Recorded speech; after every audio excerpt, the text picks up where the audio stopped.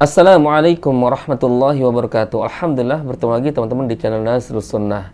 Baik teman-teman, saya ingin mengajak antum melihat satu video pernyataan dari Cak Nun. Ya, antum tahulah Cak Nun siapa. Namun saya sedikit aneh teman-teman. Yang saya tahu, sepengetahuan saya teman-teman, bahwa Cak Nun ini adalah seorang budayawan, ya, bergerak di bidang kesenian lah. Namun beberapa tahun terakhir menjelma menjadi seorang ustadz atau seorang kiai. Di sana buka majelis ilmu, di sini buka majelis ilmu. Namun ternyata banyak sekali pernyataan-pernyataan beliau yang sangat nyeleneh teman-teman, ya, bertentangan dengan Al-Quran dan hadis. Nah, maka video ini akan kita reaction atau kita komentari berkaitan dengan pernyataan beliau mengatakan alat utama menjadi seorang muslim adalah akal pikiran, bukan Al-Quran, bukan hadis, bukan fikih. Pertanyaannya teman-teman simple, ini pertanyaan dari saya, ya. Sebelum kita melihat videonya, kalau akal dan pikiran dijadikan sebagai, ya, alat utama menjalankan agama kita, maka pertanyaan saya, akal siapa yang menjadi patokannya? Ya, sekali lagi pertanyaan saya, akal siapa yang menjadi tolak ukurnya? Apakah akal kita masing-masing, ya, akal saya, akal antum, dan akal semua orang diserahkan begitu? Cara kita memahami atau menjalankan agama kita, padahal akal kita, akal saya, akal antum, dan semua kita memiliki keterbatasan dan memiliki daya tangkap yang berbeda-beda, teman-teman. Lalu, akal siapa yang bisa menyatukan kita dalam satu pemahaman? Ya, jangankan kita menggunakan akal, ada Al-Quran, ada hadis, ada para ulama, pun kita masih bisa berselisih, teman-teman. Lalu bagaimana jika perkara agama ini, ya, diserahkan kepada akal kita masing-masing? Baik, kita lihat dulu videonya sebelum kita mengomentari lebih jauh lagi, teman-teman. Ini dia video dari Cak Nun. Makanya nomor satu itu alat menjadi orang Islam itu bukan Quran, bukan Quran, bukan syariat, bukan fikih, bukan fikih, bukan kitab, bukan bukan hadis. Alat utama akalmu, pikiranmu.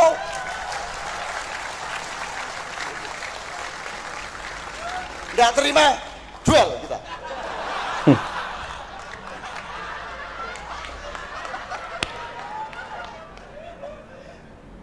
Quran hadis itu alat, dia bukan subjek. Subjeknya akalmu, pikiranmu, logikamu, analisismu, kan begitu.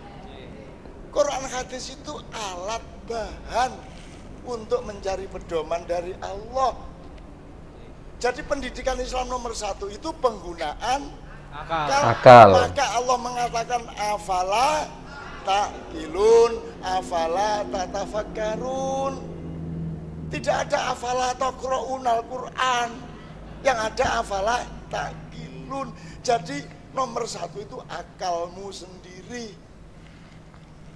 Saya tanya, andaikan tidak ada Quran, kamu memperkosa wanita apa tidak? Aku tanya. Ada Al-Quran saja, teman-teman, banyak perzinahan, apalagi tidak ada Al-Quran. Tidak toh? Memperkosa? Loh! Al-Quran ada saja, banyak kok perzinahan, teman-teman. Apalagi nggak ada Al-Quran, nggak ada sunnah. Kamu manusia. Kan kamu bisa tahu nilai kemanusiaan. Meskipun tidak ada Quran, andaikan tidak ada hukum negara, kamu kan tidak akan mencuri, toh? Kan kamu punya akal. Jadi alat utama itu akal dan kolbu. Gitu loh. Kamu tidak akan menyakiti orang karena kamu punya hati. Untuk apa kamu pakai Quran tapi tidak pakai hati? Untuk apa kamu pakai syariat Islam tapi tidak pakai akal? Mas ya, gitu ya. Teman-teman, jangankan manusia biasa, manusia bodoh seperti kita ini, ya, disebutkan bahwa Rasulullah itu saja, ya, berdakwah menjelaskan kita perkara agama bukan dengan lisan atau kemauan dia sendiri. Akan tetapi Allah Azza wa Jalla berfirman dalam Quran surah An-Najm, "Wa ma yantiqu 'anil hawa in huwa illa wahyu yuha." Tidaklah Nabi Muhammad itu berkata dengan hawa nafsunya, melainkan dia berkata, berucap atau menjelaskan perkara agama kepada umatnya dengan wahyu yang diwahyukan dari Allah Azza wa Jalla kepada beliau, Nabi kita Muhammad Sallallahu Alaihi Wasallam ini seorang nabi loh teman-teman ya, seorang nabi yang dijamin masuk surga. Beliau pun berdakwah dengan wahyu ya, Al-Quran, kemudian sunnah. Lalu bagaimana dengan kita teman-teman? Kalau diserahkan ya alat utama sebagaimana dikatakan oleh Cak Nun itu, alat utama menjadi seorang muslim adalah akal pikiranmu, bukan Al-Quran, bukan hadis, bukan sunnah. Maka pertanyaan saya kembalikan lagi teman-teman. Kalau seperti itu ya, kita benarkan misalkan pernyataan Cak Nun ini, pertanyaan sederhana ya, akal siapa yang menjadi tolak ukurnya? Akal siapa yang akan kita jadikan sebagai ya satu kesatuan ya, mengerucut kepada satu pendapat yang benar? Akal siapa? Apakah diserahkan kepada akal kita masing-masing? Kalau seperti itu, maka akan terjadi ya banyak kreasi di dalam beragama. Karena tentunya akal kita berbeda-beda cara daya tangkapnya. Penalaran kita berbeda-beda antara akal saya dengan akal antum semua ya. Adanya Al-Quran saja, adanya hadis, adanya sunnah saja, banyak kok perselisihan di antara para ulama cara memahami. Lalu bagaimana ceritanya ketika akal yang dijadikan sebagai alat utama? Saya ingin membuat satu contoh teman-teman ya, untuk membantah pernyataan Cak Nun ini. Sekarang misalkan antum sudah berwudu, ingin sholat teman-teman, sudah berdiri mau takbiratul ihram, tiba-tiba antum kentut ya, buang angin. Pertanyaan saya, yang antum basuh apakah alat anggota wudu atau antum basuh ya tempat keluarnya kentut tadi? Ya. Nah, ini kan batal wudu antum dan antum mau sholat lagi. Apakah yang antum basuh adalah tempat keluarnya kentut atau pantat antum atau anggota wudu yang dibasuh? Kan jawabannya anggota wudu. Ya. Ini dari ini saja sudah bisa kita bantah teman-teman kalau ya kita menjadikan akal sebagai alat utama. Kemudian teman-teman, Rasulullah bersabda, apabila minumanmu dimasuki oleh lalat misalkan atau serangga yang lain, maka jangan engkau buang minumanmu, tapi celupkan lagi ya lalat tersebut, lalu buang lalatnya setelah engkau celupkan, kemudian minum. Karena dalam satu sayap di lalat itu ada racun dan di satu sayapnya ada penawarnya atau ada obatnya. Secara akal, kalau kita mau menggunakan akal kita, ini tidak sesuai dengan hati kita teman-teman. Tentu kita akan merasa jijik, ya, merasa enak. Akan tetapi karena ini disabdakan oleh Rasulullah, yang mana Rasulullah tidak mungkin berdusta, ya, yang mana Rasulullah berbicara dengan wahyu, maka wajib kita percaya bahwa di dalam lalat itu ada racunnya di satu sayap dan di satu sayap lagi ada penawarnya. Dan ini sudah saya praktikkan beberapa kali teman-teman. Dan alhamdulillah tidak ada penyakit yang datang ya. Meskipun kita minum lagi misalkan minuman kita, entah itu kopi, teh yang sudah tadinya kemasukan ya lalat. Kemudian saya praktekkan, saya celupkan kembali lalat tersebut. Kemudian saya buang, kemudian saya minum. Ini ada satu sisi dari syariat yang terlihat gampang teman-teman. Kemudian teman-teman, seorang yang melakukan musafir melebihi 3 hari, maka Rasulullah mengatakan, ya, ini di zaman Rasulullah teman-teman ada yang namanya khuf, ya, sepatu dari kulit yang tipis. Mungkin sampai hari ini ada mungkin di Arab Saudi teman-teman. Jadi kalau orang melakukan perjalanan musafir lebih dari 3 hari kemudian menggunakan khuf, maka dia boleh tidak membuka khufnya ketika berwudu, ya. Boleh tidak membuka khufnya ketika berwudu. Dan nanti yang dibasuh adalah bagian punggung kaki, teman-teman. Yang dibasuh bagian atas kaki.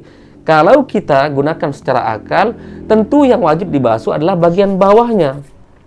Karena bagian bawahlah yang menginjak kotoran atau tanah, ya, lantai, teman-teman, yang berpotensi ada najis di situ. Akan tetapi Rasulullah memerintahkan kita hanya membasuh bagian atasnya saja.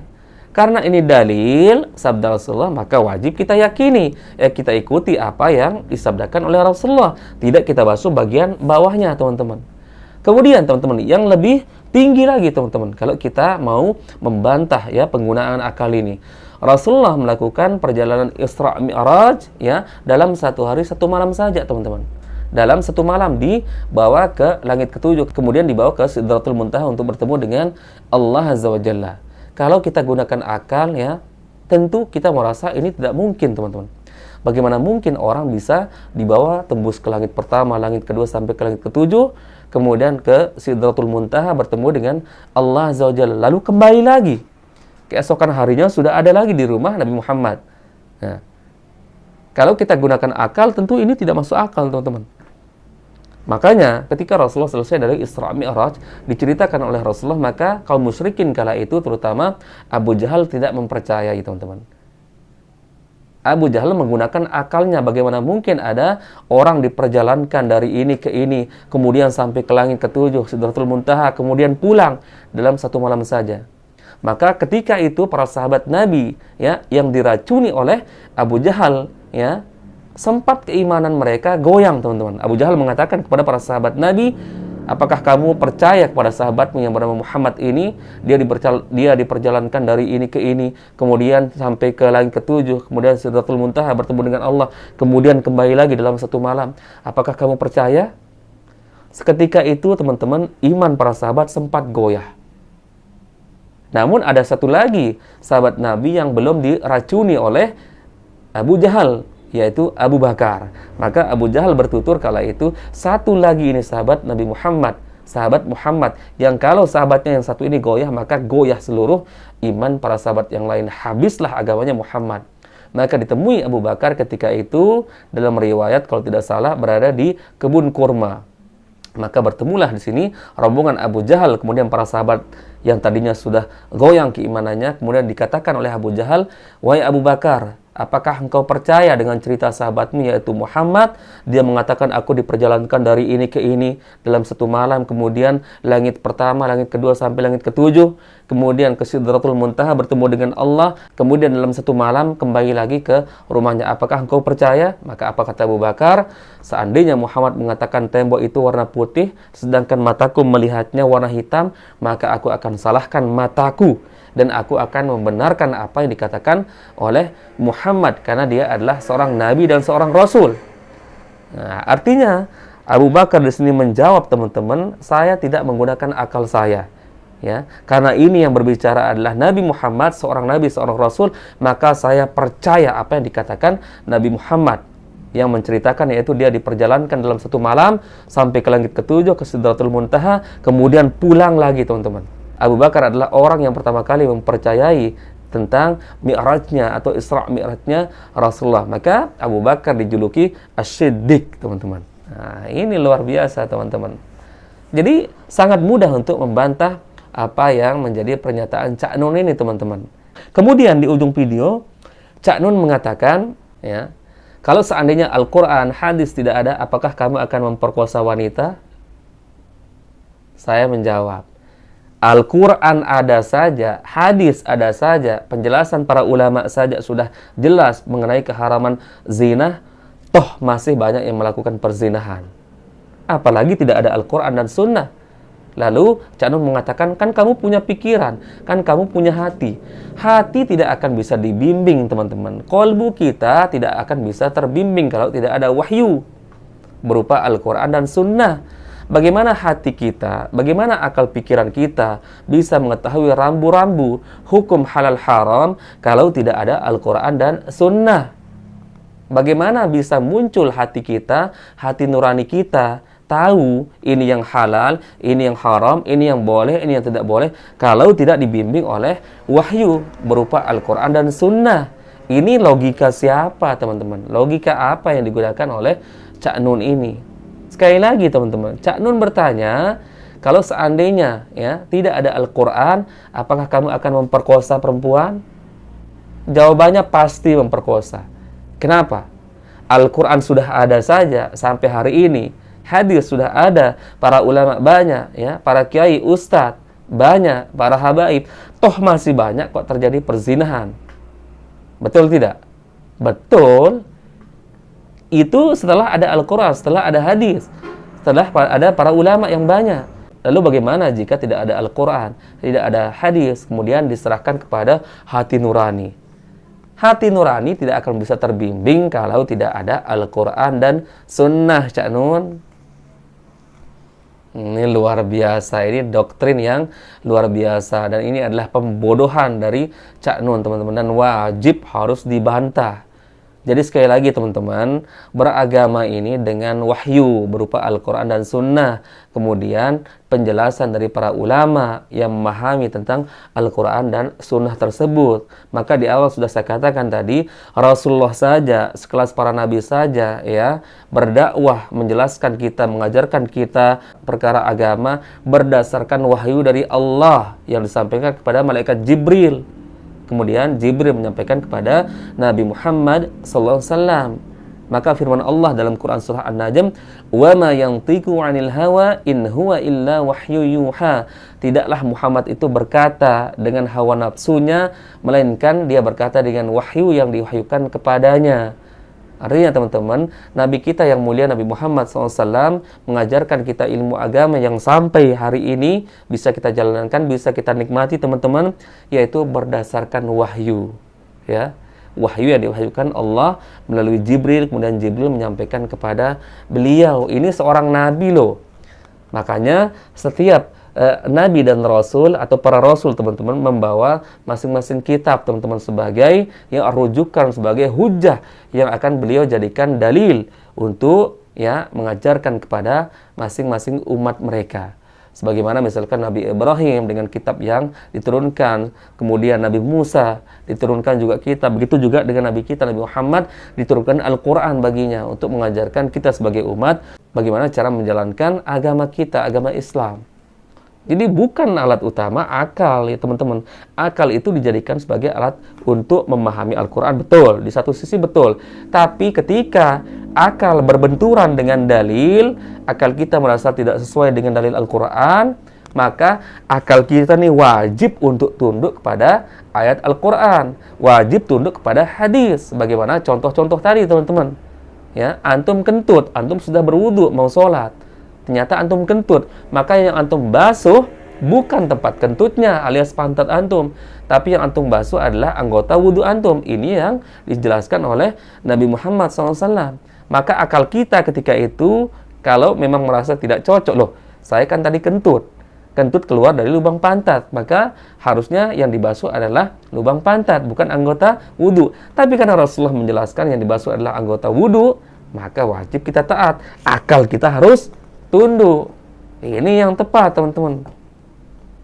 Ini baru masalah kentut teman-teman sudah bisa kita bantah pernyataan Cak Nun. Apalagi mau kita hadirkan dalil yang lebih jauh lagi seperti Isra Mi'raj.